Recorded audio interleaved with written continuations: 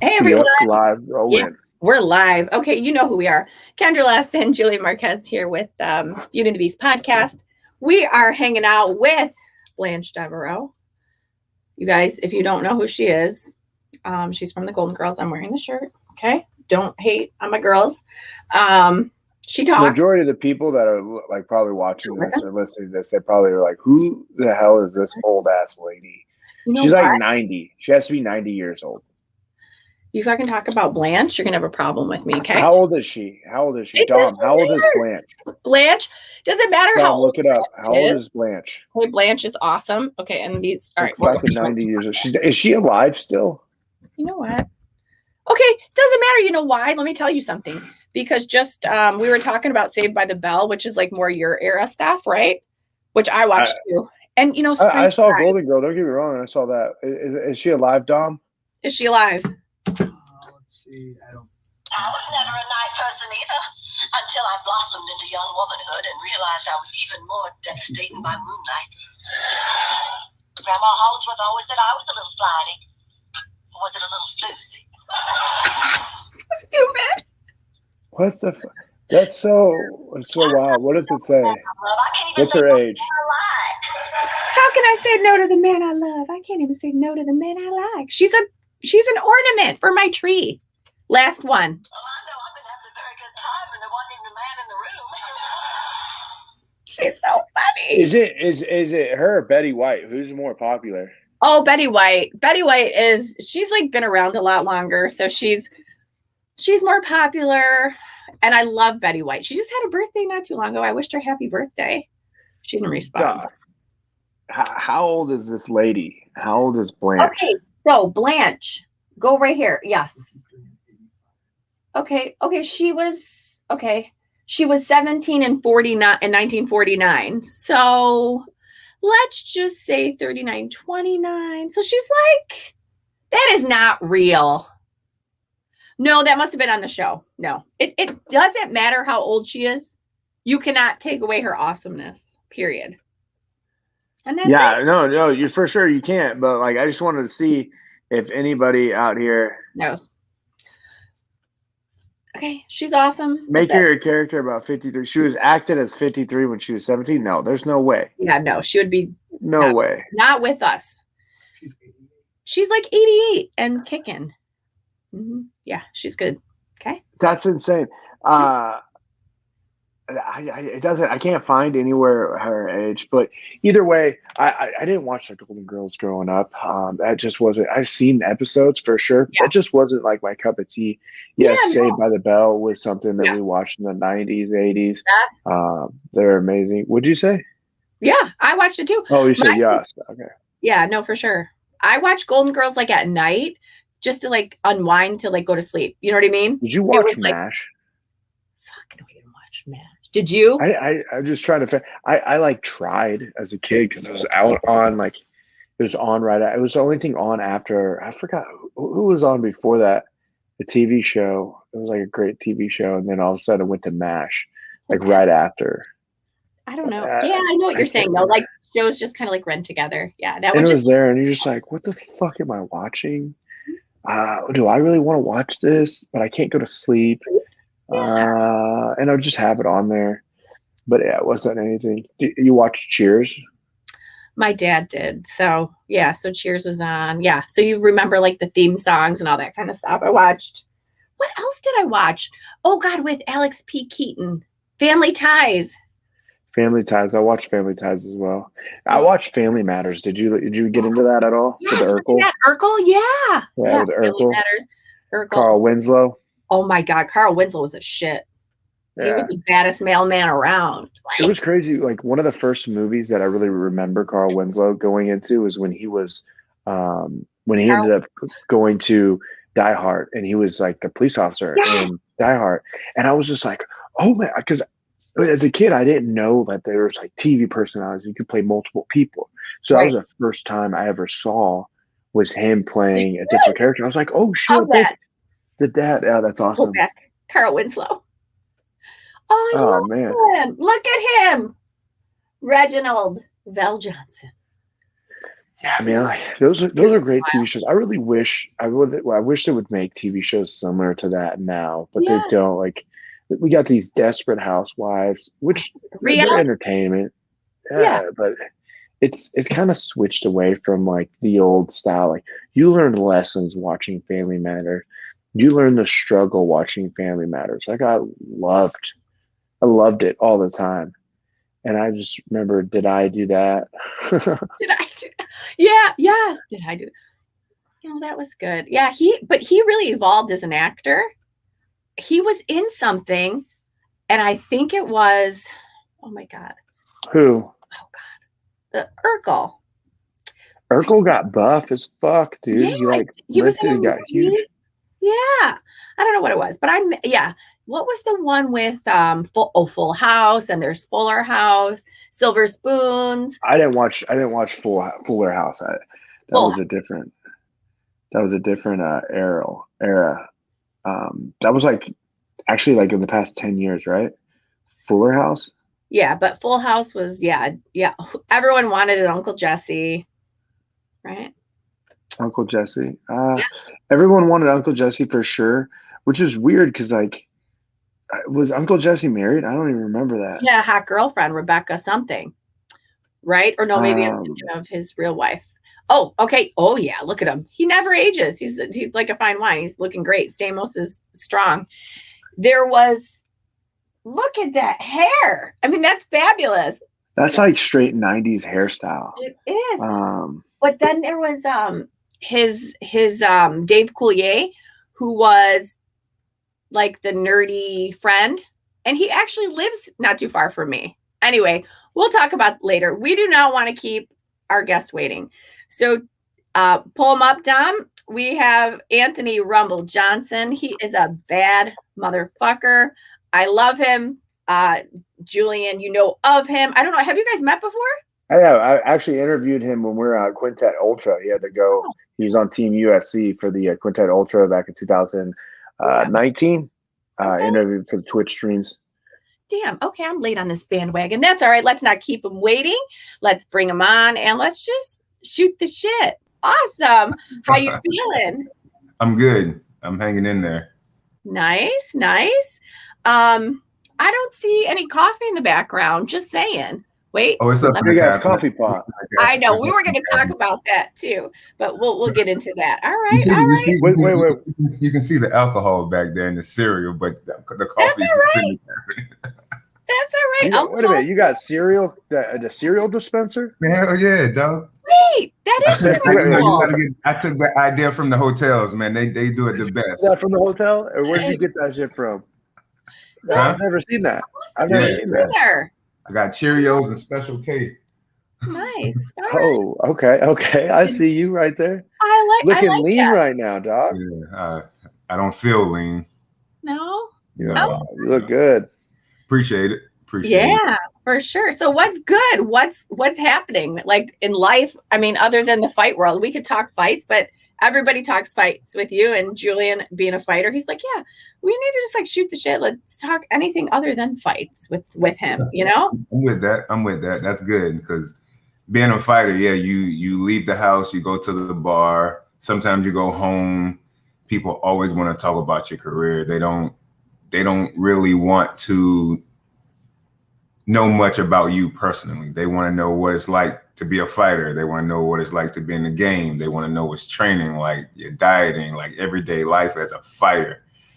And I'm like, it's not all cracked up what you think it is. I mean, it's fun. It's fun when, certain times, but for the most part, man, this is a daily grind. It's like working a 9 to 5. Yeah, no, it definitely sucks. And what sucks is that you have to answer like the traditional questions, like, so how are you feeling? What's this going like? What do you expect to hear? What's it gonna do for you? It's like, dude, fuck off, man. Yeah. Like, I hate those. But actually, we wanted to bring you on. I actually wanted to talk to you a little bit. I know that you left a while back and then you started a cannabis company. After you retired and before you came back. I'm curious, like, who do you work with? Someone with financial? Like, do you work with someone with like your funds? Do you work with? How did you come into going into that? I just kind of For me, it's networking. Is always about being at the right place at the right time, meeting the right people. I'm just an ugly face for most companies. You know what I mean? So, I think you got a pretty smile. I think you're pretty easy on the eyes. Oh, thank you. I appreciate it. But honestly, man, I was in Canada. I met my boy Paul through my other boy Rodney, and I actually met Paul whenever I was supposed to fight DC in Canada, and that fight got postponed. So I still went up to Canada to show love to the fans. You know what I mean? Because they were so excited to see us fight. Yeah. And I met Paul, and I love the vibe, and I love the energy from him. I love the honesty. So, I asked him honestly, I said, hey man, whenever I get a little bit more money, can I invest in your company? And we just became like the best of friends, and I fell into it. And now we're coming up with our own line, and the list just keeps growing and growing, because Canada is like the hub right now of, cannabis. People think that it's really popping in the US, but Canada is the spot right now. Wow. I feel like Canada's always been the spot though. Yeah. In my opinion, Canada's the spot, and great people, great business. So, I just kind of fell into it.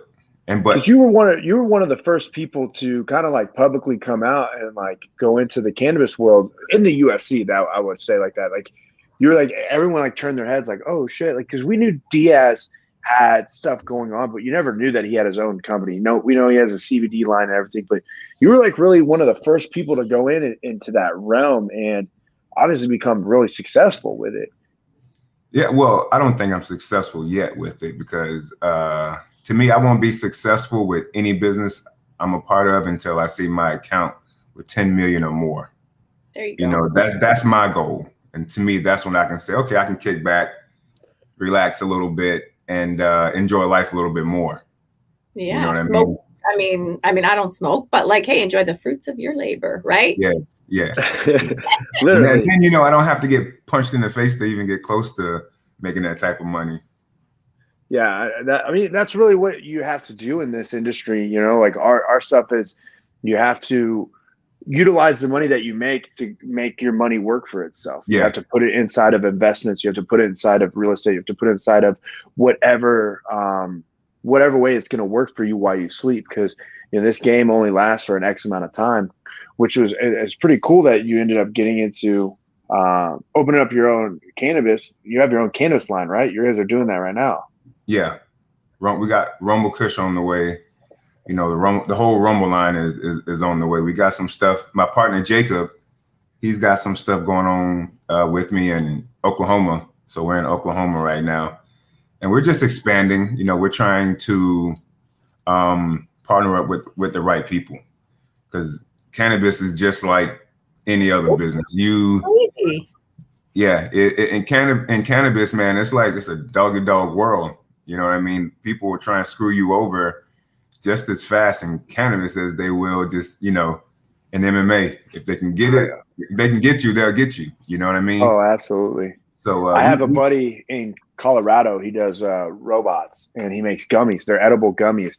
And we went to high school together, and I watched him make this stuff illegally, and then all of a sudden everything changed, and he was one of the first companies in Colorado, and his business has been super successful. It's going on 10 years now that it's been going, but all the stories of how people are trying to take and trying to use him for their own deal. Hey man, I got this next best thing. You should come over here and do this, or you should partner up with this person. They come up to be shady, or they're trying to pull money out of the account, or, it's crazy how how people work. Yeah, my guys are legit.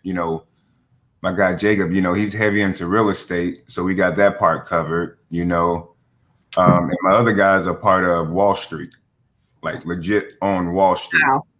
Yeah, so like a investor, or not investor, but a financial advisor, or a. Yeah, they do all of it. They do all kind of stuff. Even whenever we're not talking, and we don't always talk on a daily basis. Sometimes we'll miss a week or two of talking to each other, but during that time that we're not talking, somebody's trying to close a deal. So it's not like we're sitting on on our behinds and just not getting anything accomplished. We're like actually trying. And we do try to partner up with different companies and stuff, but the way we try to partner up with them, we would rather rent out some space, you know, in their factory or, you know, grow house or whatever you want to call it. And, you know, they get a percentage of our sales, but for the most part, you know, we still do the work. We still have somebody maintaining everything and whatnot, still, you know, hands-on and whatnot. It's a lot of work. Oh, go ahead. Go ahead, Julian.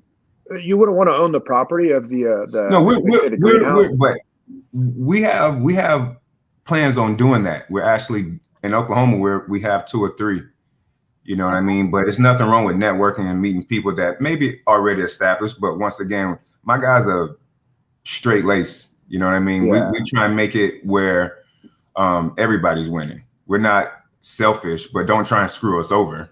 That's that right. makes sense. Yeah, like I feel like you always have to have you have to always be involved somehow. It's hard to explain because I just started myself. I'm a medical caregiver. So I have 72 plants and I'm 2 weeks from trim. Okay. So we're good. We're good. Okay. But I own the property. I own the 20 acres. I did everything legit. And they're like, we've never had to go through the construction code authority because I'm doing it legit because I work too hard. Yeah, you have to. For something to happen, I don't want you to know. Even though it's like an hour and a half away or whatever, like I'm not. And these people are like out there. It's like rural area, right? They're not used to it. So it's like I'm a newcomer, but you better be like, no, I sent them a check for their Parks and Rec. So I'm good. Okay. Yeah, I'm licensed and I'm contributing. There's no traffic. But anyway, the good point, the thing is you have to be you have to know your operation. So, you know, you don't have to do it, but you need to know like what's happening with the RO system, with how they're fed, with the nutrients. Like you have to know because something happens. We're coming out with a nutrition line too for cannabis. All right. What do you mean? What do you mean by that? Just for the soil and fertilizer and stuff like that. We're coming out with a whole line. We got some big plans. I thought you were about to tell me you're about to be infused diet food. I was like, wait a minute, what the fuck are we going here now? But it is complex. People don't understand. Like I didn't understand where we're at. There's a ton of salt, right? And for it's on a septic. So the more they dig, the deeper they go, the more they get for the money. But that means more salt, which can screw up your product. Yeah. So it's like we have this whole special system. I'm like 12 G's for this. I'm thinking you better show me something like, but it's no joke. You know, it's a big investment, but the return, I'm super excited. And this is just, 72 plants. And then I have another parcel. We're going to start the next operation. So yeah, so we're moving. Most people haven't seen 5 or 10 plants. 72 plants is a lot. I'll just show you. I'm proud. Yeah, you should be. My little thing. But damn, 72 plants. How much does 72 plants get you, I should say? Go for it. Yeah, it depends, like how many pounds, I guess, too. Like, go ahead. You know more than I do about that. It definitely depends on the pounds and the product at the end of the day. You know, some strains are cheaper than the others. You know what I mean? It's supply and demand, really. Yep. You know what I mean? If you got something that's hot, then their product is going to be valued differently and, distributed differently. You know what I mean? And will you guys both be inside of, I mean, I'm assuming that you are inside of like medical marijuana dispensaries all around in like Canada, and you eventually will, or how do you guys get your product out to get sold? What is your process? Go ahead, because mine's different. Mine's medical, so I have 5 patients. We're trying to do all of it. You know what I mean? Recreational and medical. That's awesome. I'm still getting my feet wet and learning all the what do you call it? Legality. I can't even say legalities. Yeah, I know. Yeah, I have my word. It's receipt, whatever. But it's a lot of paperwork. Once again, networking. Making sure you cross all of your T's and dot all of your I's. It's a lot, but that's whenever I let my guys from Wall Street just take over because they can wheel and deal better than I can. They know the numbers. You give them, some numbers right out the gate. They'll tell you in 2 minutes, like what Yeah. Their cut is going to be how much they should be how much you should be bringing in to give to them. Just A, B, C, D, all it's A through Z. You know what I mean? They have it all down. They cross their T's and dot their I's when it comes to this. They're That's amazing. good. You're in good hands. You know, and that's was this like your first biggest investment, or like what was your first big investment? Yes. Yes. This is? Yes. Besides myself. That's very true. You know, it's good investment to have. That's yeah. And that throughout your career, you invested into yourself, putting money into, like, are you talking about rehab, like recovery, things like taking that? Care of yourself, recovery, you know, getting the things that you need for a solid career in MMA. It's very true. We were actually talking about this at the gym the other day. Don't want to go back into the gym deal, but like a lot of people don't really put that much. They think it's like super expensive to pay $100 for like an hour and a half session once a month for like a massage.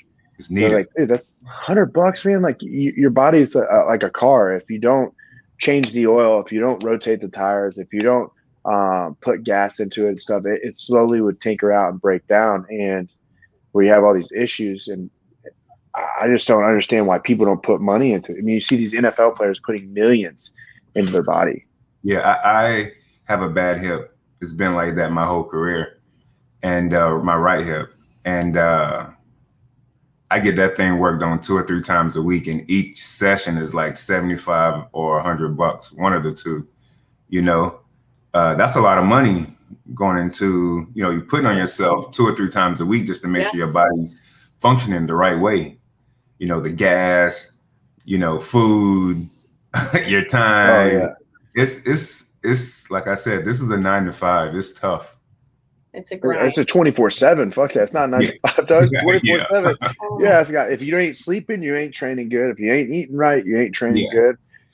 Exactly. You know, how much? Me, I don't sleep good. So at night, I'm up.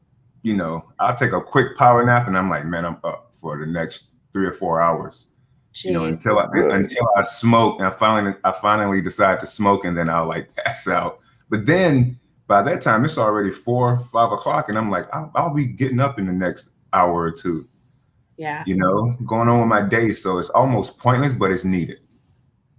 Okay. Oh man, I know I have friends like that the same way. Like the moment they fall asleep, if they wake up, their head's just always on a turning. It's just thoughts after thoughts after thoughts, and they can't control it. Exactly. Smoking calms you down. I can't. I have the same issue, but smoking does not calm me down. I go into a different realm. I can't do it. What are you smoking? You smoking sativa? Dog, it doesn't matter if you put indica, sativa, any of that stuff. I have the most unrealistic thoughts that go through my head, and I just can't. I can't do it. I don't like that. I don't like that feeling. I don't like thinking. Sometimes I think negative shit, or I think really fucked up shit. I'm just like, I just no. can't. I mean, it's like anything. You take something. To me, it depends on how your life has been. Yeah. You know, when you do stuff like that, you go to a different place. You know what I'm saying? So when I smoke, I usually chill, and then that's when I get the most creative. Whenever I smoke, I can think of so much, you know, so many ideas that are positive. You know what I'm saying? Whenever I smoke. No, don't get me wrong. There's times where I feel like, oh shit, this is how this is gonna play out. Like my whole call out for Miley Cyrus and everything. I was high Legendary. 2 years prior. Huh? Legendary. Thank you very much. Thank you. I did that, and like I was high, and I was like, oh dog, I'm gonna fucking call her out. I'm gonna call her out. I didn't know how I was gonna call her out, but I was sitting there, and it was because I got high. I was like, yeah. And then the whole Patrick Mahomes, the pickleball thing, I was like, what weird fucking sport. Can I just like call them out? I was like, yeah, the city's going to get behind me. Like I got high off it and I felt great. I thought of it, but like there's times where it's the alternate where I'm sitting there like, dude, what if I fucking like fall down the stairs and my leg goes fucking inside out? Or what if I'm driving behind a car? Like, you know, like, dude, I think it's paranoid. Dog, you get wild shit. I mean, I've had some weed too where I was like, I hear noise. It's like, oh, you feel like you can hear other people thinking? I don't like that feeling. I can't handle that. It takes a lot for me to. So like even when I get done and I like come to, those thoughts still linger, and it takes a lot for me to drag my mind out of that negativity or that like that no one likes me type feeling. That I just I don't fuck with it. I stay away from it. Yeah, I don't like I stay away from everything else for the most part. You know, I don't. Besides weed, you won't catch me doing a line. You won't catch me doing nothing. You know, I'm too afraid of angle. I'm a bitch when it comes to that stuff. I love myself too much to be doing all of that. You know what I mean? Yeah. Plus, absolutely. Plus, you know, seeing what it has done to families in my family, because my mom was a former drug addict. You know what I'm saying? And she was like a legit drug addict. Wow. So I'm like, I can't. That was enough for me.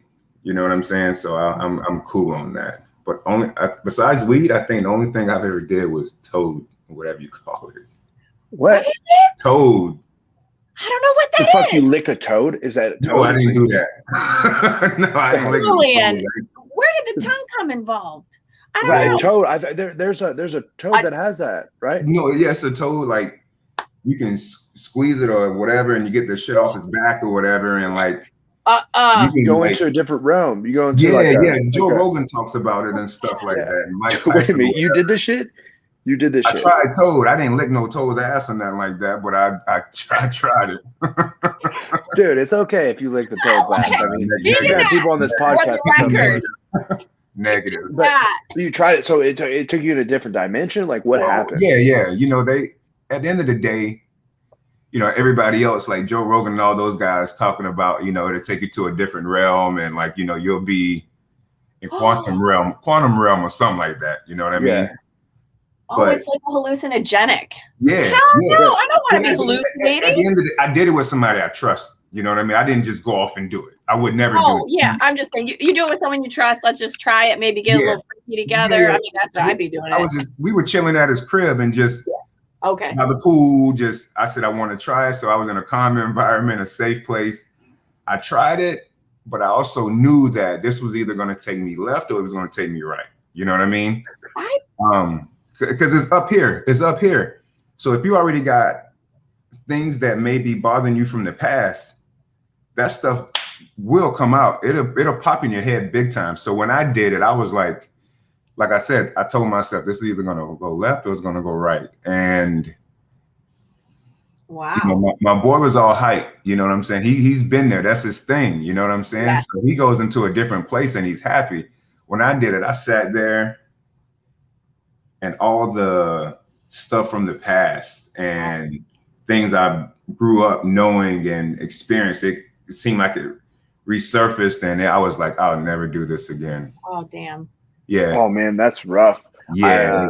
It was tough. It was very emotional for me. I won't lie. It was emotional for me. Do you think that, like, sometimes when people, I'm not saying you in general, but just in general, sometimes they say when people maybe don't, not saying repress, but they don't talk about it, or if it's not like had closure, because I know I did with my dad, like it kind of eats at them. So maybe, who knows? I don't know.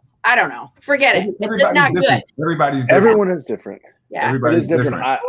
I've done, so I like when I was in high school, I did acid and I went into a different realm. Like it was weird, dude. We had like 15 people with us. Everybody's on it. Guys, girls, we're sitting around watching like movies. And I'm like, what the fuck, dude? And it wasn't ready for, my body wasn't ready to do this. Like I thought like there's people there that I absolutely didn't like. We're in high school. Like we didn't get along. I thought they were douchebags. And like, I just felt uncomfortable. I felt like everything was just awkward to the point where I had to leave. And like, I called a friend like, yo, you need to come pick me up. Like I can't be in this area. At least you knew. Yeah. I just couldn't. I couldn't be. And I go to this person's house. I went to this person's house all the time. I hang out with the majority of these people all the time. There was just two people that weren't in it that made you feel uncomfortable. Had they not been there, my mind would have never went into that realm. But like that was my experience to the point where I was like, dude, I don't ever want to do this. Like I know that one thing when I was in there and this happened, smoking marijuana and dropping hits of acid, experienced it where one thought turned into the most uncomfortable feeling, and you can't stop it. Mm-mm. So I just didn't. It wasn't meant for me. But I have friends that live by it. They go super deep, and they think it's super spiritual. They find themselves. They open up their mind and new opportunities. That's how my guy was. He was the same way you're saying right now, and I'm like, I can't get there. I can't get there with it. You know, with doing the toad, because I never did acid, but the way you're describing it, it sounds like it's pretty close to the same thing. Yeah, they're both hallucinogens. The toad is just a little bit more powerful, which is kind of like, which is wild. Yeah, I did it. I did it, and because with toad, you're supposed to inhale. From what I was taught, you know, I only did it one time. So you inhale as much as you can, then you take like 5-10 second break, and then but you don't exhale, and you just keep going until your lungs are at full capacity. And once you exhale, dude, within 5-10 seconds, I was like, I need to go outside and just throw up. Damn. I threw up and I was like, yo, I never did anything like this. I remember leaning up against my boy's house and my arms were completely straight, but I think I was so gone that it felt like my arms were here. You know what I'm saying? Bent, but I know they weren't. I know my arms weren't bent, but instead of the house being so far back because my arms are locked out, it felt like the house was this close to my feet. Wow. Yeah.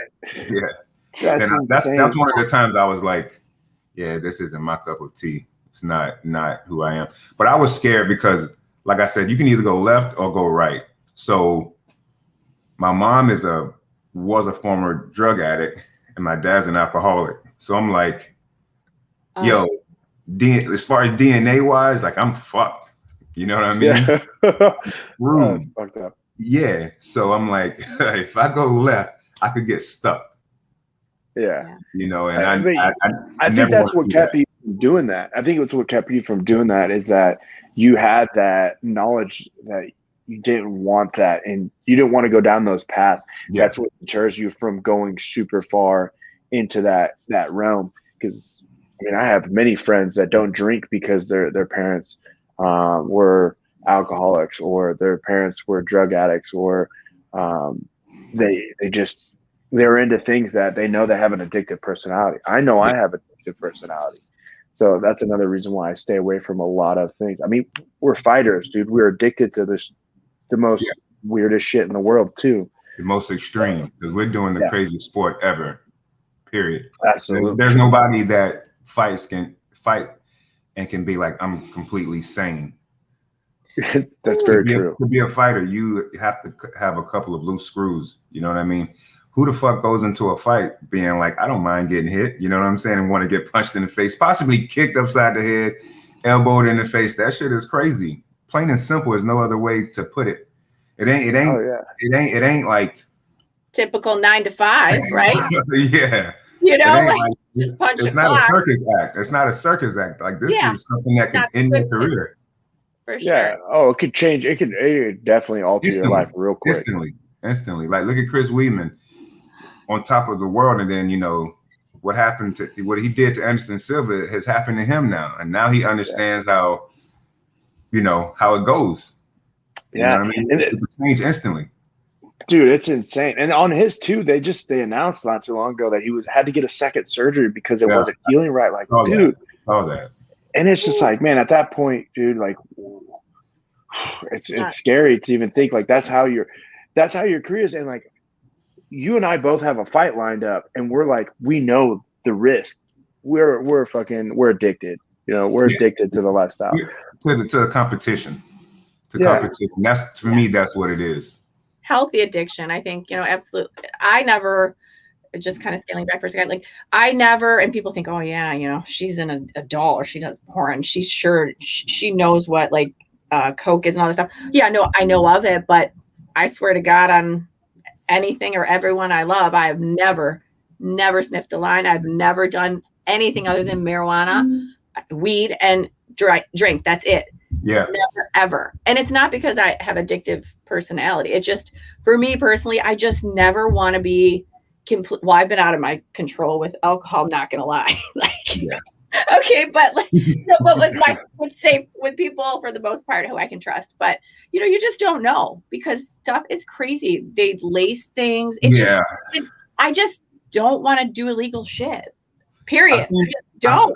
I've seen people that haven't bounced back from stuff being laced.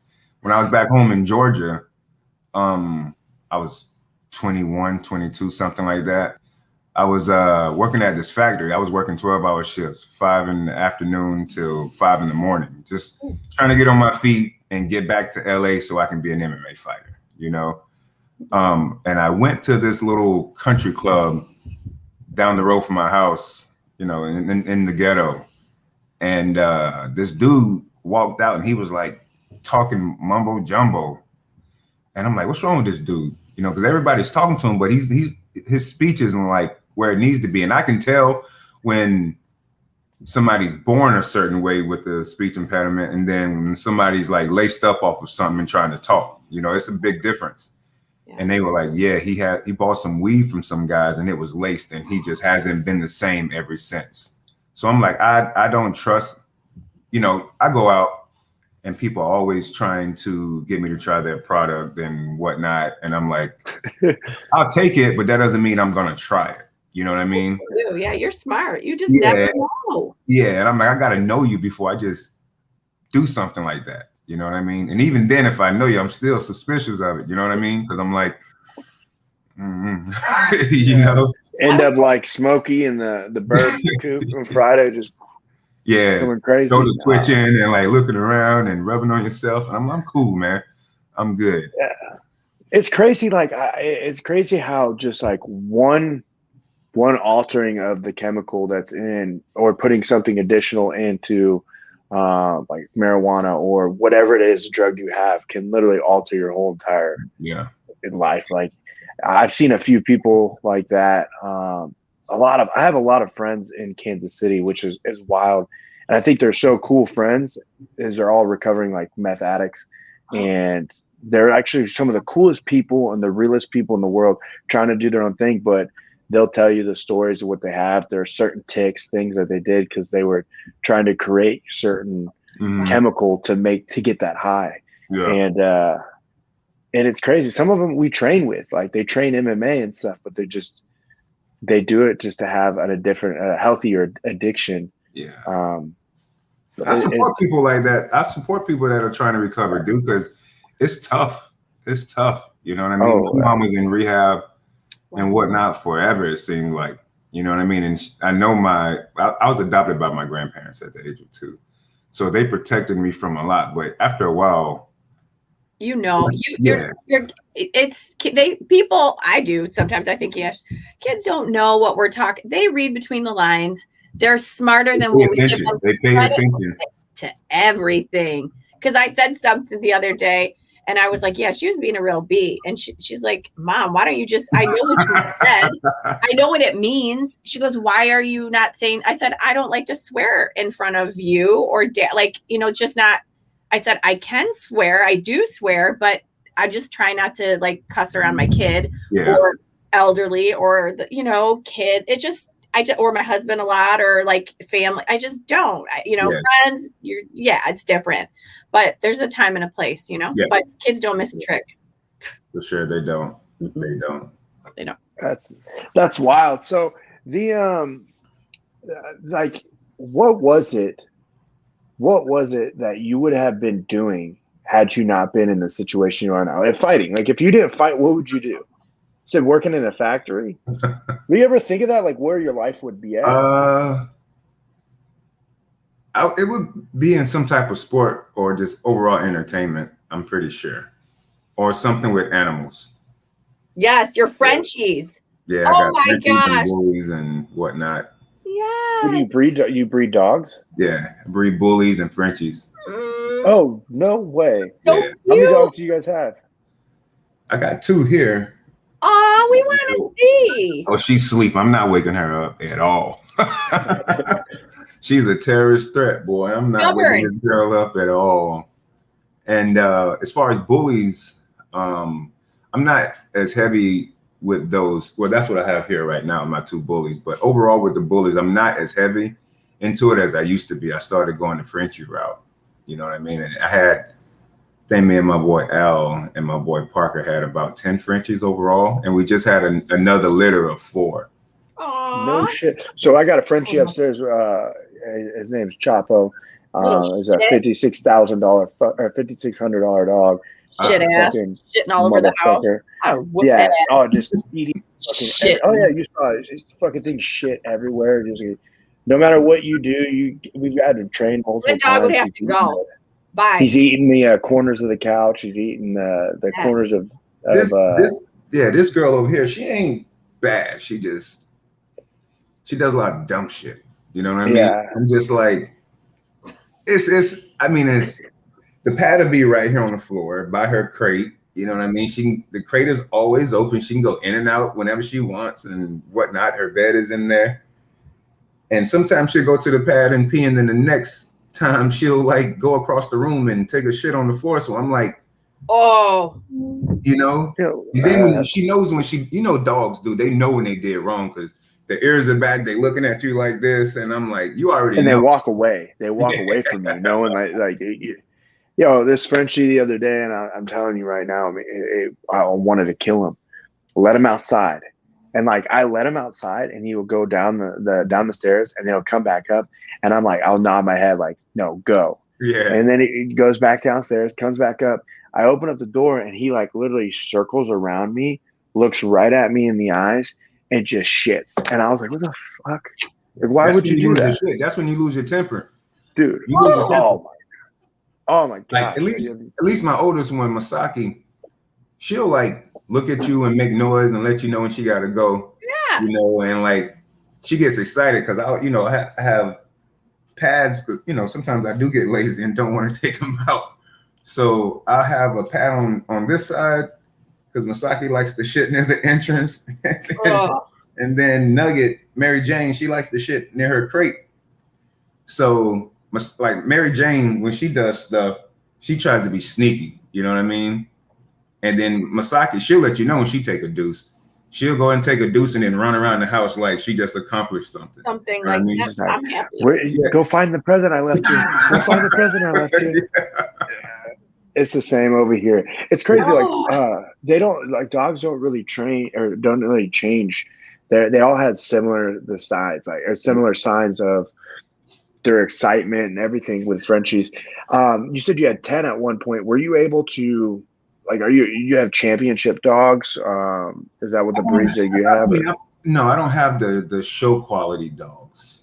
My dogs are bullier, more extreme. My dogs look somewhat like miniature bodybuilders. My boy Rumble, he walks around like this all the time. You know what I mean?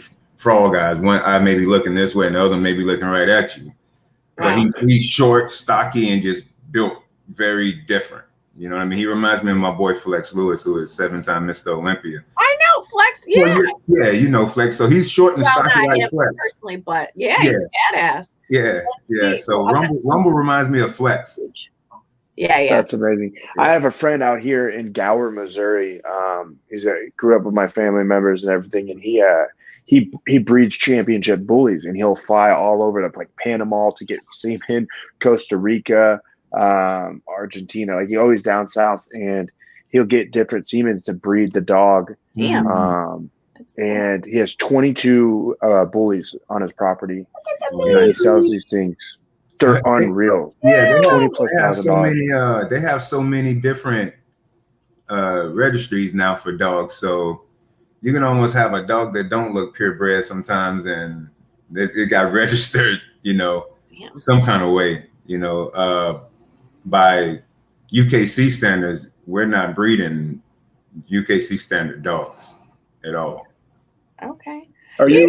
Do you control? Like, can you control like the type of dog that you get, even though it's still like a bully or a Frenchie? Do you control like? Do you want a mellow dog? Do you want a hyper dog? Do you want a mean dog? Like, do you have that ability? I think I mean, I know certain bloodlines and whatnot, you know, they have different traits and stuff like that. But as far as like what you're saying, I think that's all a reflect of the owner. 100%. Yeah, because you can train a dog. It's true. And my dog gets a bad rap. She's the sweetest girl. Dom, bring good girl over here. Yeah, this Nugget is like an asshole, but she's the sweetest dog at the end of the day. You know what I mean? She just wants to be loved on and all that. But I'm like, I can't love you whenever you peeing on the pad and then you shit right beside her. It makes me like, it makes me bad. Yeah, your dog's name is Nugget and Musaski? Nugget, Mary Misaki. Yeah. Where did you get this from? Misaki, I had her and my other dog that I used to have named Katsu. I get into these little, when it comes to naming dogs. There she is. Oh, come here, babies. Come here, Fatso. Sorry. When it comes to naming dogs, like I get in a weird funk. Like I may have one group of dogs that I got around the same time, and I named them close to the same thing. Like I had a couple of years ago, I had Eclipse, I had Ozone, I had Star. You know what I'm saying? I had like names like that just for a certain group of dogs. Yeah. And I had a dog named Neptune. Neptune. Yeah. And but then with what's his name? What's the movie where it's got like this Pacific Rim? Pacific Rim. Oh, okay. Yeah, the robot. Yeah, the robot. Yeah. So like those, they had the things in there called a kaiju. Yeah. Oh. The monsters or whatever you want to call it, they call them kaiju. So I saw that movie and I was like, when I get a male, I'm gonna name him Kaiju. So I started Googling and stuff like that, and I seen these different names for, females and stuff like that. So I just went off of that and got their names that way. And Nugget just kind of, I call her Mary. At the end of the day, her name is Mary Jane. You know what that leads to. So I guess it depends on where I am in life. Makes sense. That makes sense. Did you were you high at all when you go down these like rabbit holes of finding names out for dogs? Because it sounds like you're going into like the realm. You're like, oh, I want to look up outer space, and we got Ozone, we got Eclipse, we got Neptune, we got Star. Like, so you're definitely looking some research up into I don't really look up research. Like when I named them, it just right off the top of my head, I just wanted a name that was cool and stood out compared to every other dog. I don't, most people, or I'm not trying to stereotype, but like people get a lab and then name the dog like Randy or something like that. You know what I'm saying? Like a human name. I'm like, don't you hate that? My sister had a dog. You giving the dog your son's name. You know what I'm saying? Or whatever. Right? I don't want my dog to even be. I can't relate to that at the end of the day. It's annoying as shit. And I told my sister, I go, that is really fucking stupid. Yeah. I go, I love you, but Susan and Kevin. I go, it's so dumb. I got bad. The only time I wanted to name a dog a human name was, what's the show with the little boy with the big head? Little cartoon movie. Arnold? Cleveland Show or whatever you want to call it. What was it? Oh, Cleveland Show. Yeah, you know how they got that dude named Rollo? Oh, Rollo. Yeah. I want to name a Frenchie Rollo. Rollo. Okay. That was it. I love Rollo. I got to see Rollo now, Dom. Rollo's the best. Hey, he's the best. He's the older one, the fatter one. Yeah, Rollo's the son. Yeah. He said he's funny, little Cleveland, but Rollo is like a legit name. Like I would name my dog that for sure. That's not like a normal name. It was a funny name off of that. Just got a dog named Rollo walking around. You know what I'm saying? So I wanted to do that, but we never got around to it. Yeah. Human names are not. That annoys me. But my Susan and Kevin, those are just bad names. Well, I shouldn't say. You can't give it like don't be from the country. They'll definitely name that dog a person's name. Oh, hell yeah. I grew up in the country. I know it. Hey, Bailey. Hey, Bob. Let it be a farm animal. Let it be a farm animal. You'll get a straight up. The neighbors got the dog, like a whole family tree. Just dogs got regular names. It's old Billy Joe over here. He's out here running around. Billy Jean, Joe. Yeah. That's so bad. How do we get on this thing? So I have a question. I'm a dog person. I cannot stand cats. Why? Is that a question or a statement? It's a statement. Oh, I am very strong on this. Cats are okay, dogs poop too, but like cats, when they get mad, my girlfriend has a cat, and she said this cat, I do not like cats. They are sneaky. Look at, get your dirty ass off my counters where I eat, okay? Then they pee on your stuff. Oh, you're not giving me enough attention. Psst. No, I don't like cats. Really? I would never hurt a cat, but I am not housing. I don't think I could ever really have a cat. Dog, I'm gonna tell you this doesn't do right anything now. for me. It doesn't. They're cool and whatever. But I've seen some cats be assholes, man. Yeah. This is one thing. So like this isn't my cat, obviously, but this cat's name's Goose, and Goose is an asshole. Goose is like a very like you don't own Goose. Where we got Chapo, Frenchie upstairs, and then a bully upstairs. Not a bully, but I can't even think of what a Capone is. Capone's the other dog, but they all know that you own them. They all know that, like, they come to you, they give you love, they listen to you, sit, stand, place, outside, X, Y, Z. But when it comes to Goose over here, the cat, she's an asshole. He has no fucking claim. He knows how to open up the doors. Somehow the cat can open up the doors. It's the door handle. That's smart. So he could grab. And if you're around him and you go to pet him, like he'll like nibble at you, showing that like you annoy him, but he wants you to love him in a different way. And he does his own thing. No love for cats. Literally, you can't call him over here. You can't hang out. You'll be sleeping in the middle of the night. He'll break into your room, in the middle of the night, and he'll headbutt you because you're not loving him. You're asleep and you're not loving him. It's so fucking creepy. Oh no, yeah, my dogs are pretty aggressive whenever they want some love and attention. All in your business. All in your business. I can be sick. I got a picture right now where I'm like not feeling good, but I'm on my phone. You got Nugget like sitting right behind me, like looking over my shoulder at the phone and everything. Yeah. Unconditional love with dogs. She's an asshole, but I love her. I do believe that like animals having a pet really just kind of like matures you as an adult, or even a kid. It matures you up a lot, and it also like that companionship that you have with an animal. It's very healthy and therapeutic. Yeah, you never feel like you're alone if you have an animal around. Right. For me, I can be home and chill with my dogs. I don't really gotta have a person in sight. Yeah, and there you're like, I was like, see, this dog, she was rescued. She had her name, so she was like almost a year old, so a year and a half. What we really don't know. So I couldn't change her name. So okay, it's Roxy, but still not a human name. And poor girl was chained to a fence down in the city, and they were breeding her, so she was a mama, but she's so sweet. She doesn't like other dogs, and she has like a little scarring on her face, but not bad. I don't know what it's from. You can't really see, but anyway, so we don't know if like she was bought. We don't know, but she's kind of a little rough, little TCs. Like she's a little rough around the edges. So she doesn't like other dogs, but she loves humans. But, and they say like dogs, I'm like, oh, she doesn't have any friends. And my friend was like, no, you are her friends. Like once they have a family, that's it. That's all they need. Right. Yeah. And she's a good girl. Right, girl? We're out here just on this podcast about dogs. Like what the fuck? What are we doing right now? Dom, I have a good question here.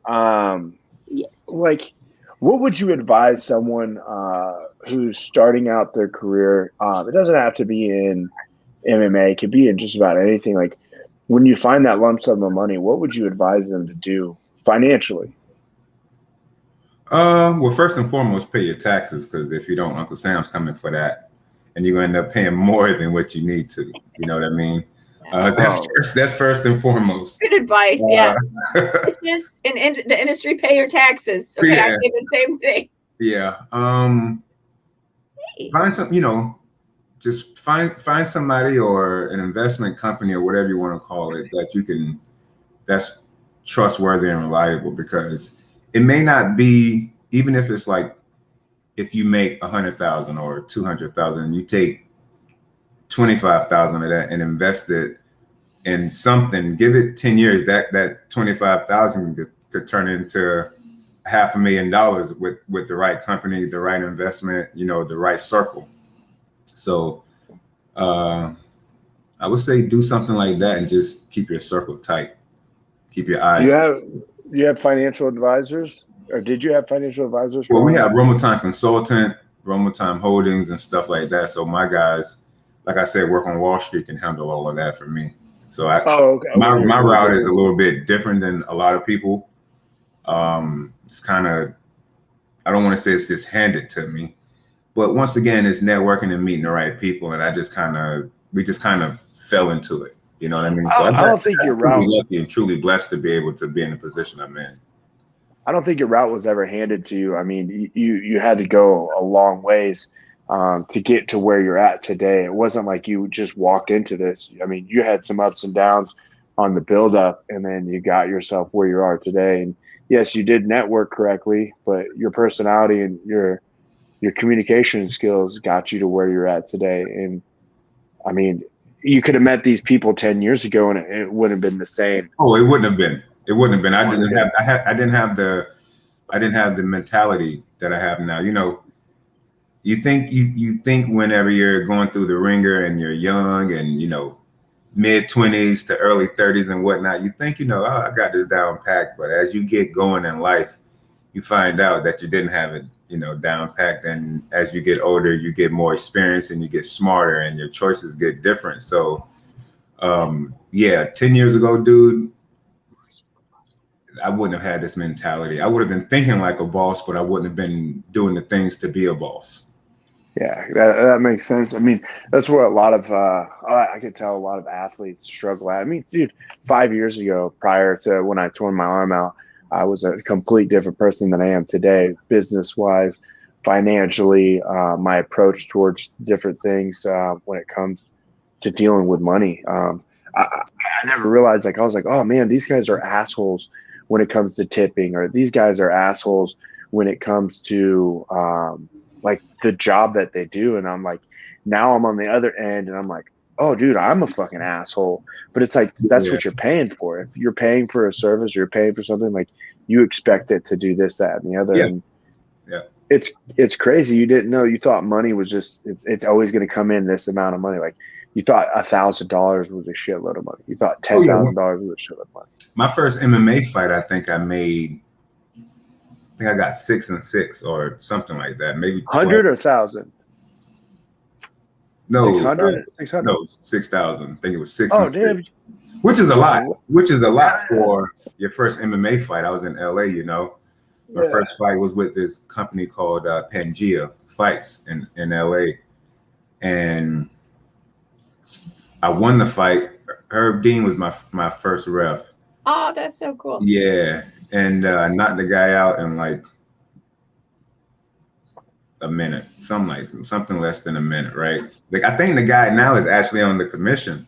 I think he's a ref now. I saw him the other day when I went to Bellator in LA. He walked up to me, he's like, "You remember me?" And I looked at him. I was like, "Yeah, I remember you. I knocked you out." That's wild. Yeah, I had 12,000 and coming from nothing and shit. 12,000 was. I felt like I was a rapper. God damn, dog, you got paid way more than I did. I made most people don't get that, you know. So I got lucky. And you got lucky. That 12,000 lasted probably 2 weeks, 3 weeks. It felt because I didn't know how to control it. I didn't know, anything like that. You know what I mean? I'm like, now I get 12,000. I can make that last a good bit. You know, when I was 23 years old and I, had 12,000, I didn't know what to do with that. I just knew this. I knew to spend it and get what I wanted. That was it. And pay my coaches, my gym, and live my life. That was it. Yeah, that's the tough part is like when you get into a lump sum of money real fast, the hardest decision to try to figure out what you want. Because like you look at a new car, like I'm watching fighters win that 50K and for like fighting the UFC and watching them win 50K, and they announced they got a new car, and it's like a Mercedes, and you're just like, damn, that has to be at least $5,000 to $1,000 a month payment. It's like there goes all your whole check. My favorite car that I've had was my M3, and it was a 2013 M3, and I'm like, dude, if I could have that car all over again, I would get it right now. Can you fit in a fucking M3? Yeah, that was my shit. God, that thing is small. It was a coupe, or was it a? It was a coupe. It was a coupe. Holy shit! It was a badass car. It was a badass car, though. You know what I mean? I've had the Bentley. The M3. I'm like the Bentley isn't me. You know what I mean? And I'm like, that's a $200,000 to $300,000 car, probably. You know what I mean? Brand new off the lot. I'm like, I don't need this car, but it felt good to have, because being a poor country kid growing up, you never imagine being able to have that. And now that I've had it, you know, I'm like, I don't think I want a car like that if I had millions. It's different. I mean? When you have it, you can't have it, and you want it, right? It's different, right? So then when you can finally have it, that's how I was. Like I drove hoopties. You know, one didn't have shocks. I remember watching my guy when he got the new car. You know, I was in nursing school. He's like, man, I can't let you drive your car. I got to drive this hoopty to work. And I remember sitting at the light, and I thought I was cool in a Blazer. It was new. It's all we could afford. And I saw him hot as shit going to work and going through the light, and he just looked so pissed off, and he was sweating his ass off, and the car was terrible. You saw that orange M3 that you just had on the screen right behind you, Kendra? Yep. Mine was more like that, but it was solid gray. Nice. Yeah, I would say gray or black or gray white. The rims matched the car. Everything was balanced out real nice. The stance was nice. I had an IPE exhaust on it, so I could hit the button and open up the headers. It was nice, you know what I mean? I had the Bentley. I had it wasn't mine. It was my manager, my former manager, Glenn Robinson. I had the R8 Audi. Ooh, I like Audi. Yeah, nah, that was a car. That's a car you can look at me and be like, you look like you're in Mario Kart right now. That's nice. You know what I mean? Some of my boys, it's super small. But now the M3 is small to me, man. That shit. The I don't know how M3 you was bigger than the Audi. Way That bigger. I like that. It's a badass looking car. Don't get me wrong. It is. Ooh, I need one of those. That's nice. I've had, you know, obviously you saw my truck that I used to have. You know, I paid $75,000 for that thing and got it, you know, hooked up. Yeah. What truck did you get? I had a GMC Denali. Yeah. That's a clean. Yeah. That's a dream truck for sure. Let me tell you, $169,000 for that. It could sit on a lot, because I paid. Anyway, let me get back to your truck though.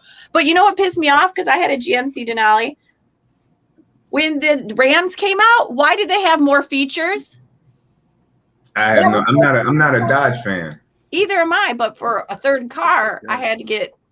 I said this Denali is making the Rams making my Denali look like not really good. I was so mad. I feel like they were trying to compete, so they were trying to add more features. Always.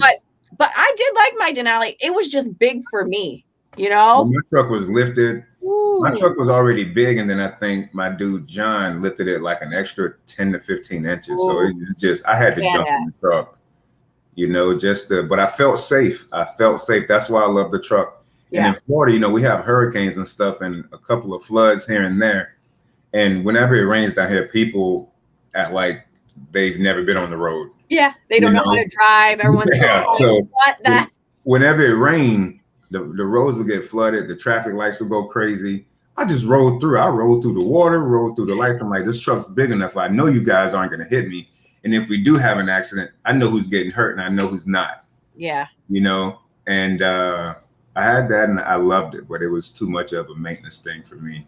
When you get them customized and stuff, it's worse. Ooh. It's so much worse. Yeah. So much worse. What would be your dream car? Again, so I'm happy with my Camry. I got good gas mileage. The payments are very low. You can't beat that. It's a good car too. They last forever. Yeah, hell yeah. They I'm do. I'm not ashamed of my Camry. Some Oh, people dude, I'm will be with like, it. oh, you know, you're this person and that person. You make X amount of dollars. You should be having this and having that. I'm like, the fuck what you talking about? I'm trying to save money. Yes, because as soon as My you drive off the lot, it depreciates. Yeah. Yeah. So you know That's what? one That is the thing. worst investment. Period. It's nice. Right. It can be. Yeah. It can be if you do it smart. So what I did is that we go. I took so all the cars that I have, I buy them to resell. I make sure they're good. I put on extra cool little trinkets and stuff. So I'll buy like right now I have a 2010 2010 Jeep Wrangler. It's lifted. It has Rockstar wheels, has everything, has 130,000 miles. And the price that I bought it at versus the price that it's going for is a substantial difference. So I can drive that and sell it and make more money off. Yeah, that's the goal. I have a 2014 F-150 that I put on a lifted track. I put a 4-inch lift kit on it. And it's brand new tires and cleaned the muffler up, put the inside in. And they're going for 25, and I didn't buy it nowhere near that. And I'm right now working on a 1974 Camaro. I bought that, and I'm putting it showcase. I'm putting all the engine's already built. They have a 305 block on it, but the person that I bought it from was trying to get rid of. I bought it in Arkansas, Kansas, and they've already souped up the engine to build it. And all I'm doing on show cars, I'm just literally putting all the nice little trinkets on it, cleaning everything, getting it repainted, reupholstered, putting on a couple new pieces that, you know, kind of a little wear and tear. But those cars right there go for 25,000, and this person was about to throw it away. So the car world, you can go into investments to where you can make the money on it. But to me, the ultimate car that I truly believe is the best one, Toyota Corolla. I fucking love anything Toyota, Toyota, Honda, and all that stuff, they last forever. Yeah. I rather 96 Toyota Corolla is literally what we have at the house, and I'll drive that thing, trying to get rid of all this other stuff. But it's reliable. If you look at Warren Buffett, he still drives a 1970 Cadillac. You know what I mean? The same one he had. He's got billions. I know. You know what I mean? You don't see him in the 1911 Porsche. You don't see him in the Audi, and you kind of learn from that. It's the same thing. It's like, you know, you see Jay-Z or you see, you know, the wealthier rappers, Kanye and everything. They don't wear the big gold chains. They don't wear all the stuff. They just wear normal clothes. Every blue moon they'll come out with something, but for the most part, they dress pretty normal. Nice, but normal. You know what I mean? Yeah, not over the top. What's the oldest car you have? Me? 1974. It was the 1974 Camaro. Okay. I'm trying to look for the 60s Camaros. Okay. I have a 68 Caddy my granddad gave me. Oh, do you really? It's like a submarine. Wow. Yeah, those things they drink gas a lot. Yeah, it's heavy as hell. But I tell you what, if I was to get into an accident, I'll take my 68 Caddy over my truck that I had. Really? Oh yeah. Because if you hit something in a car mine was red though. Mine is red, just like that. Yeah, if you hit something in one of those classics, those real classics, you're not gonna get hurt. Yeah, you're right. Oh, no. They were made like that was it. Go back, Yeah. Kendra. Nope, that was another one. That one. Mine is just like that, except it's a black hardtop. That's solid, man. That is. Dude, those things are worth a pretty penny if you showroom them out. If you get them if you take them in and clean it up, I mean, you'll probably have to put, depending on that, if you're at 68, you have to remodel some of the wires, remodel some of the tubes. Mine still has the original motor. So the numbers match? The numbers match on the car? Oh my God, dude! My granddad. Oh, you know how old folks are. They take care of shit. They take care of stuff spectacular. You know what I'm saying? That's right. If he gave you, I mean, you're never going to sell that, but if you clean that thing up, you could have, that could be worth a fuck ton of money. I'm gonna fix it back up. Once my granddad passed, my grandmother kind of took it out from under the carport and just put it out in the field almost. But my cousin went and built a carport over it to protect it from the weather and stuff. But when I'm home and I'm looking at it, I'm gonna keep it original as possible. That's I don't awesome. want to put fancy rims on it. If anything, I'll add to it. I'll get the speakers and radio to work, because that doesn't work at all. Oh damn. And it's still the old school kind where you turn the knob and all that, and like you see the hand moving across. Oh my gosh. Yeah. That's awesome. It's cool. I remember growing up, we had to my granddad would be in the well, he would be on the outside, the hood would be popped, and he'll get, what is the maybe it's not the starter. I can't think of the name of it right now, but he would get the starter fluid, shake it up. I would pump the gas, try and turn it on. He'll put some starter fluid in it, then he'd be like, hit it. So I try to turn it back on and whatnot. So yeah. Pop. Yeah. Dude, if you ever do need somebody to fix that, you'd have to get it here in Kansas City, but the guy that I do does phenomenal work. He rebuilds. You could get the original, you could do everything. It can be as expensive as you want, but he's really, really good at building this. He's out of Raytown in Missouri. He's rebuilding the 74 Camaro that I have. He's done 68 Camaros.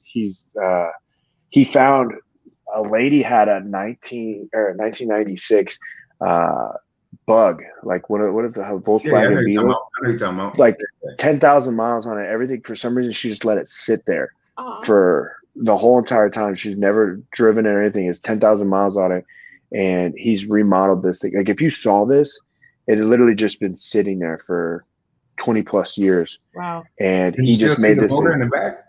Huh? Can you still see the motor sticking out the back and all that? No. It wasn't. There, he doesn't have it like that. I'm talking. It's a '96. It's a Beetle, like the ones you see commonly everywhere. Remember like slug bugs? Slug bugs. Slug bugs.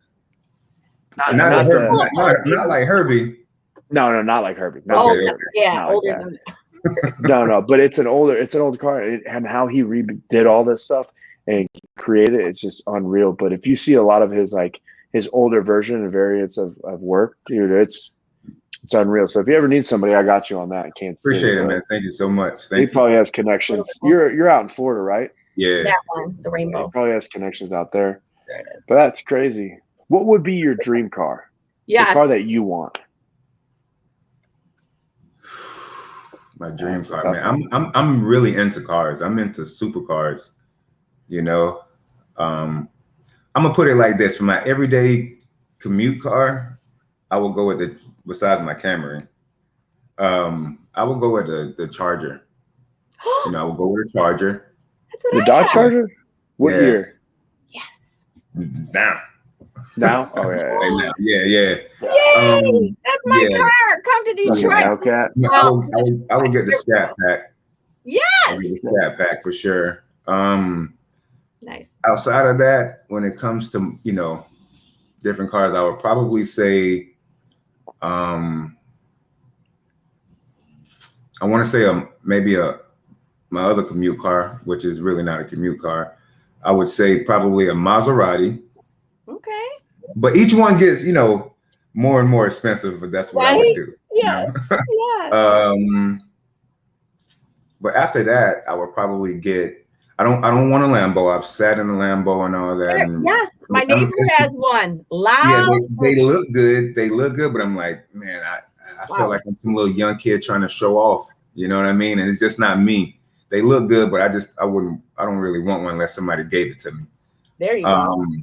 But if I had like stupid money, I would probably go after the LaFerrari. LaFerrari, the M1 McLaren. No. There was a P1. It's P1. P1 McLaren. God damn. They have the Pagani. Yeah, Bugattis are nice. Yeah, I love the Apollo is probably my new favorite car right now. I don't see that. The Apollo. Type it in there. That's a P1. That is pretty. Yeah. I like those Aston Martins. Those are nice. Yeah, they're nice. They're nice too. Only a few. I would never get a Lamborghini. I don't think that would be my style. But I was actually looking at Porsches the other day, 1911. That's one that I think would be a phenomenal car to get. Yeah. I just don't. I think it would be fun to have a toy car to go every night now and again, but I just rode in a Porsche for fucking 7 hours. They're not made to ride 3 hours one way, 3 hours back. And I literally now do not like Porsches at all. Dude, that's why I don't want an R8 anymore, because Yeah. my best friend used to live in Orlando. So I would drive the R8 up to Orlando. I'm like, yo, I'm sitting like this. Like, you know what I'm saying? The whole 3 hours. You can't lean it back. You can't lean it back. You lean it back like this far. You lean it back like There's a this. fucking roll cage in it. Yeah. And it's just, you got all the speed, you got all the power, you got everything, but it's like, but why? Why are we driving this across country? Like, dude, throw me in your fucking Camry. We'll ride all day. I'll lay out and back. I'll lean forward. I mean, I'm with it. We could even go in a truck. I'm down with that. But there's no. I'm too big of a guy to be in that. Outside of that, I think I met the dude that makes the Lycan. Don't even know what that is. Which one's the Lycan? The Lycan. Have you seen the car in Fast and Furious that they jump? It's red. And they're jumping. They're jumping it from building to building. Oh yeah. From that's a Lycan. In Dubai. Yeah. That's a Lycan. That's a Lycan. I met the guy who created that car in the airport. This? Yeah. No shit. Wow. I met that guy in the airport randomly. We need a better I was with my boy Dave, from the UFC, former guy that used to work with the UFC, and That's cool. we were doing some media stuff.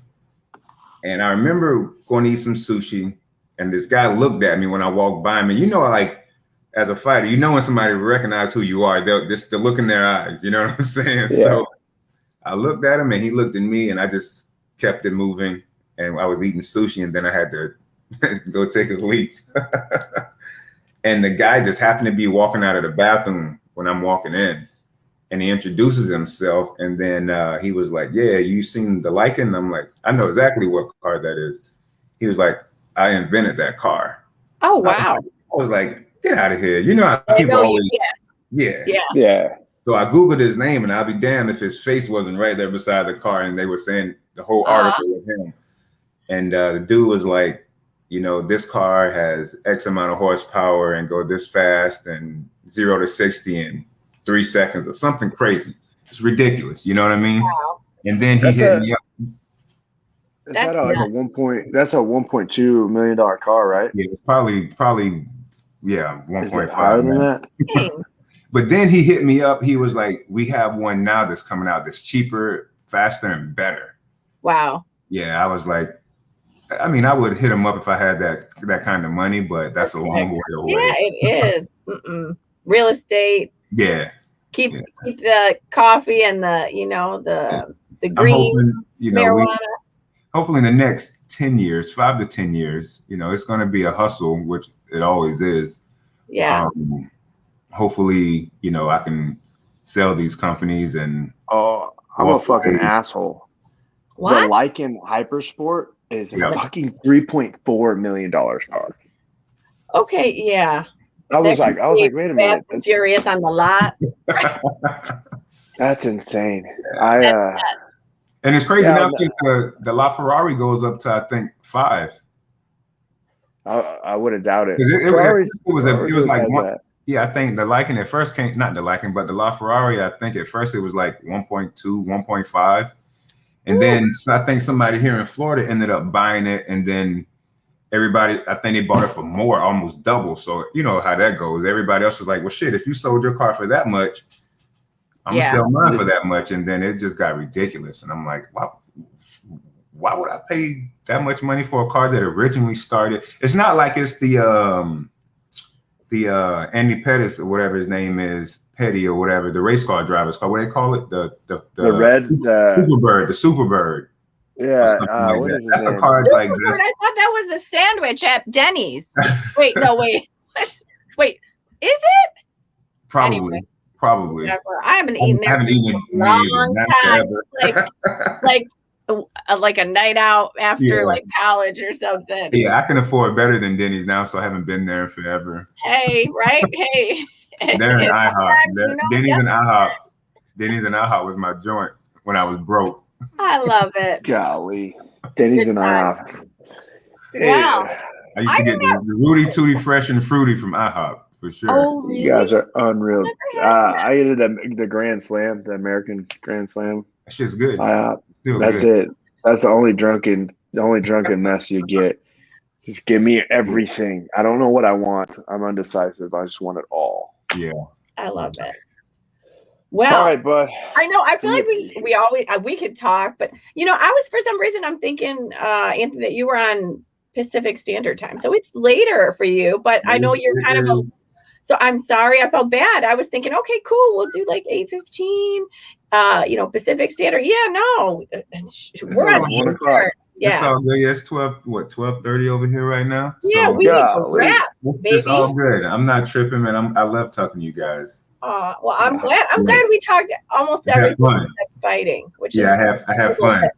That's good. Fun. Now we know a little bit more about you. Yeah, most people ask the normal questions and want to stick to what you're doing in your career and whatnot. Nobody really talks about anything too personal and really try to get to know you. I think it's dope that you're into cars, man. I think we'll get along a lot. I love. Yeah. I've been diving into that realm quite a bit, and I've been looking at a lot of cool shit. Yeah, like I love drag racing. That's awesome. Have you ever been? Yeah, I've been to it. My boy Marshall. We were up by I want to say Sarasota a few years ago, and Marshall is into his Corvette is ridiculous. You know what I'm saying? He's a mechanic, so he does all kind of stuff to his Corvette. And they were racing by John. You seen John Travolta's house here in Florida with the big ass 757 parked in? Oh, damn. That's a little inconspicuous. He was like 200 or 300 yards away from where we were racing, and you can see it filming and all that. But these dudes come from all over Canada, everywhere, just to do these races. And this guy, I'm still friends with him. I follow him on Instagram and we talk here and there. This guy brought his crew down from Canada. I think he had 3 Lambos and he was just racing them out of the ass and just setting records and whatnot. And there were people that had Cadillac CTS or whatever and was just souped up. And you can look at these tires and tell like these people are serious. They're not the regular Michelin tires that you get from the store. So there are all kind of cars, shapes and sizes, and some that are super old looking and some that are newer. It's all about what's under that hood in your driver at the same time. You got to have it all clicking at one time. Yeah, it definitely. What sucks is that like Fast and Furious kind of like murdered out. Like I think it highlighted a lot of when it comes to the drag racing, when it comes to souped up cars and the capabilities of being behind a car and like what can actually happen. I think it's cool, but it got so far away from the actual first season where they're racing down the strip. You know what I mean? Where they're showing was it Nevada? They're out there and just drag racing. Dude, that's amazing. Like I've been to a couple. I've been to NHRA. I've been to a lot of the speedways, and I got to see these cars, people that soup up muscle cars. That, man, it is probably the coolest thing, and I don't know why. And I don't know if it's the noise. Yeah, to me, a lot of those dudes are assholes because they know their cars just rumble so much and roar. I'm like, dude, you're driving through a neighborhood. I know. Yeah. Have the headers all the way open, and you're supposed to be going 10, 15 miles an hour, but they're going 40 just to make it, echo off the buildings. Yeah, that's all you hear. That and people that have those little rice rockets. Oh my gosh. Little fart cans on it. I can't stand them because they really think they're moving in them little ass cars. I know, they get the head turn and then people are like, dude. In high school, my friend had it was a Honda Civic hatchback '93, and he put a fart can on the back on the exhaust. So every time it goes, you just hear that. That's like, dude, your car is a piece of shit. But it is, and they swear that they're moving. They swear, they hit the gas a little bit.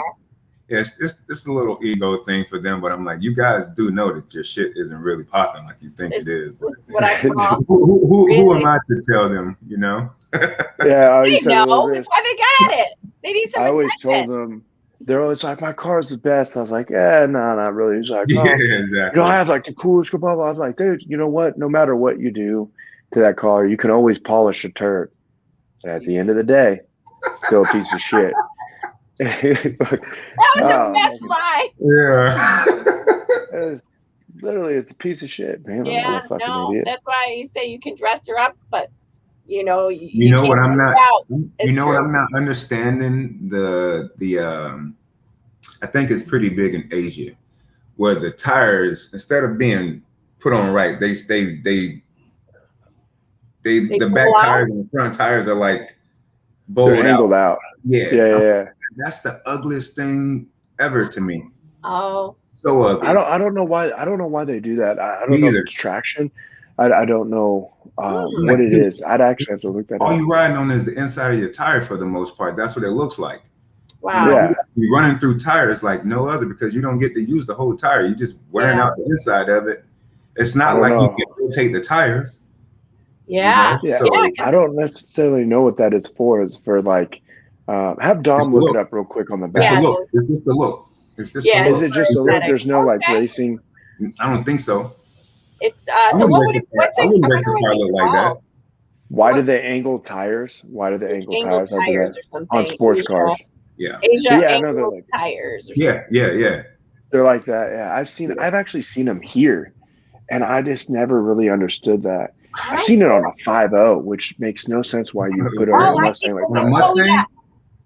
Yeah, on a Mustang. I've seen it like that. I don't fucking get it. But yeah, like that's that. it. That's it. That's That it. shit is terrible. I don't get that. I don't know what it is. I don't like it. Does it?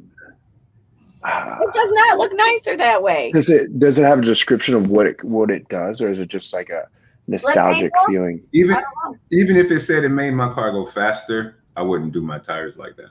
Oh, it's called a slip angle. A slip angle? It's very Help ugly. you. It looks like you can slip. Yeah. For sure. I would That feel looks like like my someone- tires are just gonna fall off. Yeah, it looks like you got half your shoe on and you're trying to walk. That's what it does. I don't know. I don't get like it, but people want to do something different, you know. Yeah, At whatever least- makes your heart happy. Like, I don't care. I don't, like I Exactly. said, get a cat if you want a cat. Get your car like that. I don't care. As long as you are nice and you're a good human being, like, just be that's it. Go on with your bad Exactly. stuff, okay? And your bad Whatever- What whatever was floats that? your boat. What was that car that you had on the thing? Was that a Mustang? I don't know what that was. What is That's that? Like Is that a Lincoln? Lincoln, I guess. That's it. Did you zoom in the photo? That looks that I don't know. That could be a caddy. Should have been zooming the whole time, Dom. Okay.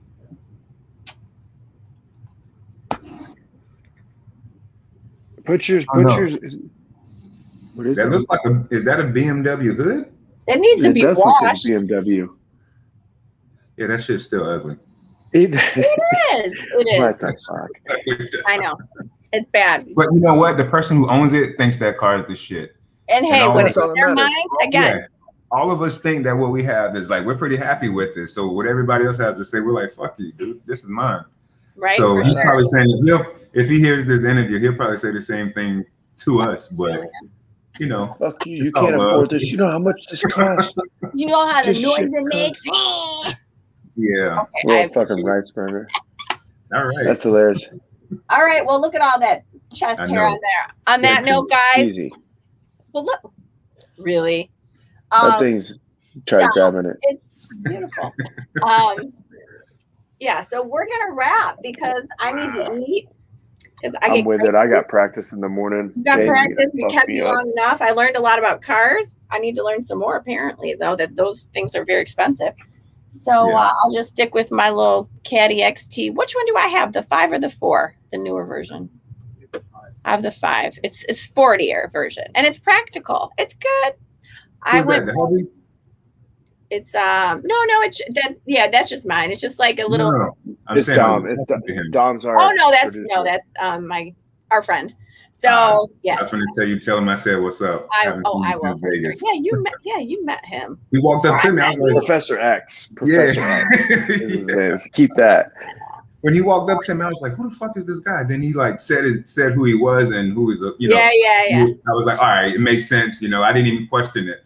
Yeah, I didn't even question it. Yeah, he was super, awesome. super cool. Solid dude. Yeah, he's got way more swag than I do. Like, I'm a fucking nerd. Hey, But women, anyway, women dig bald heads, man. I know. Hey, I like it. I like it. I got some good stuff going on. And with the way my head shape, I hope I never go bald. Yes. It's all right. Hey, whatever works. Yeah. Okay, I'm gonna eat, and right. yeah, we'll get this downloaded and all that good stuff, and we'll get it over to you. If there's anything you don't like, you let us know, and we'll edit it out for sure. Awesome. Let everybody know where they can follow you and support you on all your channels and your business as well. On all my social media for the most part it's Anthony_Rumble on Twitter, Instagram, probably Facebook. I don't really pay attention to Facebook too much. I'm part of a big shout out to Rain Energy. I just signed with them. They're right on. Congrats, man. Awesome. Yeah. My company, Action Coffee, Rumble Time Consultants, Rumble Time Holdings, all of it, Rumble Time Media. We're just, on the up and up and trying to just keep it moving. And I want to thank you guys for, even inviting me on. Oh man, you're badass. I appreciate you being on, dude. It's fun talking to you, and what's cool is that you let us into your life outside of the MMA realm, which is awesome. And we gotta fucking have a part 2 because I did not know that you had your own coffee brand. I know you like coffee. I didn't know that was your coffee brand. You've had it before, right, Kendra? I have. I'll send you some. I'll send you some, Drew. Good stuff. I gotta get some. I love coffee. It's more organic than anything. It's not sprayed with anything. No insecticides. No pesticides. It's not. An order isn't processed. Well, nothing is processed until an order is made. At all. I like that. So it's fresh. It's from Antigua, Guatemala. Good soil. Good soil. The beans are. It's clean with spring water, so everything about it is legit. I will say this: 9 out of 10 people loved it, and the only person that didn't say that they truly enjoyed it, they were like 87 years old, and they said it was too strong. So other than that, everybody else liked it. And I'm not bullshitting because I want I'm a coffee drinker to be the best product possible. So if somebody doesn't like it, I want to know why so I can correct that. Yeah, no, it's delicious. Honestly, it's been a while since I've had it, so I mean I wouldn't mind some more. I'm just saying, but it's freaking tasty for sure. And I'm kind of picky, so get some. All right, guys. All day. Peace out, Blanche. Just gotta go. Take care. Blanche. Later, brother. Thank you so much.